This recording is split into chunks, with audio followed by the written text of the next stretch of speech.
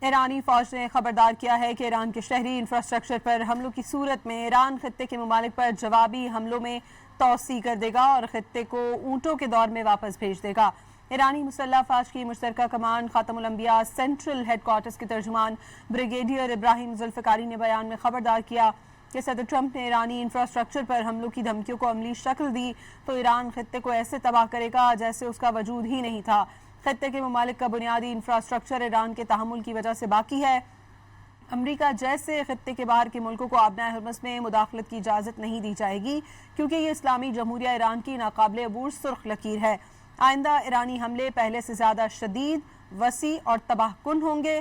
کبھی ہتھیار نہ ڈالنے والی قوم کا غضب جارے پر آگ بن کر برسے گا۔ ایرانی فوج نے خبردار کیا ہے کہ ایران کے شہری انفراسٹرکچر پر حملوں کی صورت میں ایران خطے کے ممالک پر جوابی حملوں میں توسیع کر دے گا اور خطے کو اونٹوں کے دور میں واپس بھیج دے گا۔ ایرانی مسلح افواج کی مشترکہ کمانڈ خاتم الانبیاء سینٹرل ہیڈ کوارٹرز کے ترجمان بریگیڈیئر ابراہیم ذوالفقاری نے بیان میں خبردار کیا کہ صدر ٹرمپ نے ایرانی انفراسٹرکچر پر حملوں کی دھمکیوں کو عملی شکل دی تو ایران خطے کو ایسے تباہ کرے گا جیسے اس کا وجود ہی نہیں تھا۔ خطے کے ممالک کا بنیادی انفراسٹرکچر ایران کے تحمل کی وجہ سے باقی ہے۔